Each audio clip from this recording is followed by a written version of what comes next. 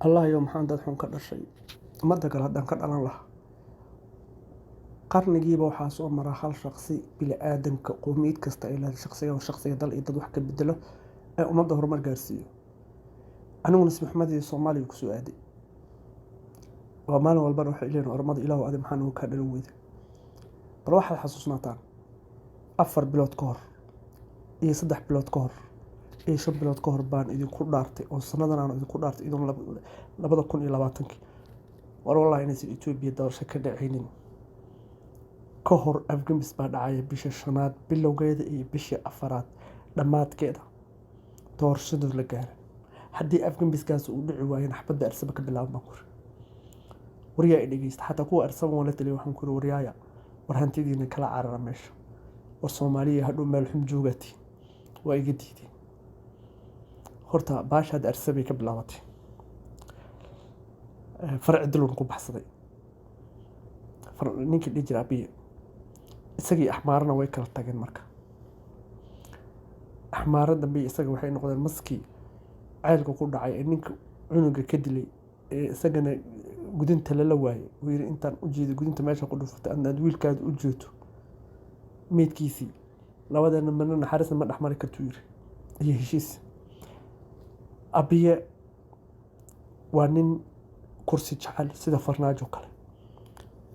abiye haddana wuxuu noqon inuu ola kala qaado tii tigreeg ahaana way kala faratayba macalaakii uu xilku ka qaaday madaxweynihii footaa iska mid ah suudaan dagaalkeeda iska dhaaf waxa Itoobiya war arsabi ku soo hadhishay ku dhan arsaban hadda ka bilaabtay ciidamo wax ka taray meel walba waa isku kala kacay Itoobiya dad dhintay oo nooleyn oo aakhiraba jiraba oo haddii xataa loo keeno Itoobiya sida dibaaxa sankiisa maartay markii soo diray hadda wadada dhigto looda way ka leexan way ka carareen wuxuu moodi inuu nool yahay. kuwa Soomaali halkan kondhomyo oo fadhiyo Somali State ayaa waxay moodayaan inuu abiye nool yahay xataa haddii tagaan xataa xamaarin inuu noosho doorashadii sii wadayaan wax aan doorasho iyaga ahayn oo ka hadlay ma jiraan xataa isma weydiinay aqraad ay qabaan war idinkuna isku nicina war maamulka kuwa jooga kondhomko war ha ku nicina madaxda sharafta leh ee qiimada badan ee ururka oo wan laf ha ku nicina isqabta rufna idin sheegaya. arsabi baashi isla gashay arsabi xabadii ka dhacaysa taariikhna caawa qorta wuu ka badbaaday laakiin waa isagii axmaaro haddii hadda ay axmaaro ogaato inagooda xabad oromo difaacdana lama hayo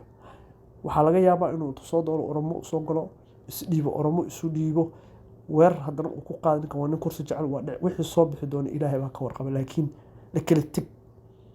halkaa waa inay sheegay waxaan ku yiri war wallaahi doorashoon dhicin arsabi ka dhac war afgambis baa ka dhici doona haddii xataa uu dhici waayo oo abiyo lagu khaarijin waayo abiyaa la khaarijin baa dhidir hal afgambis oon idiin sii sheegina ma jiraan hal khaarijin oo abiyo lagu taxajiyo ma jiraan weliba marka aniga sheegay raagtay xilliga ma soo gaadhin January iyo February la cunaa abiyo laakiin iyaga iga faa'iideysto oo waqti waxaan dhahaaba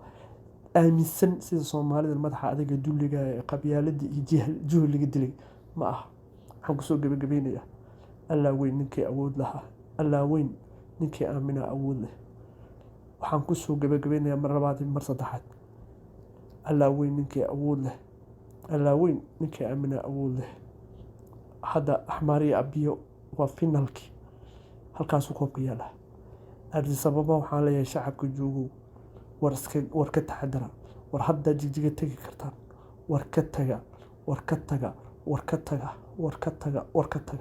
idinka idin taala xaalka ku noqonayo.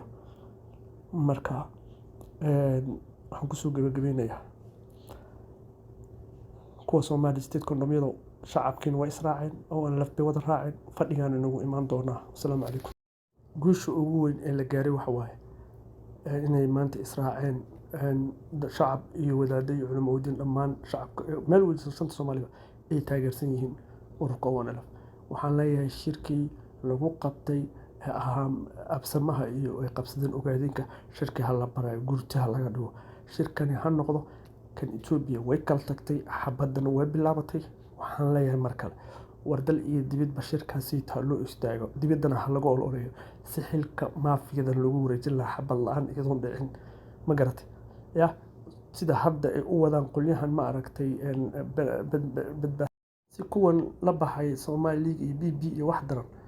kursi jacayl dartii haddana wiilasha inugu adeegsan lahayn oo wiilashanada iyo aaya u noqon lahayn kuwa xukunka sii hayo ee dowladnimada u taxadiraan. Waxaan mar kale ku waaninayaa odayaashii iyo cuqaashii dib shirkaasi yuusan kala go'in 3 bilood oo soo socda ilaa dal iyo dibadda. 3 bilood Itoobiya meel u kala bixi, 2 bilood maybe u kala bixi, bishan 90 days aan qabsanayaa oo hadda ka bilaabato 10 beri miyaa 5 beri miyaa ilaaha og. Waxaan mar kale idinkaga digayaa oo idinkaga soo hormarinayaa shirka in la wado si loo mari dhaliyo oo xukunka laga wareejiyo qoladan BB la baxday si aan hadhowta caqabad noogu noqonin.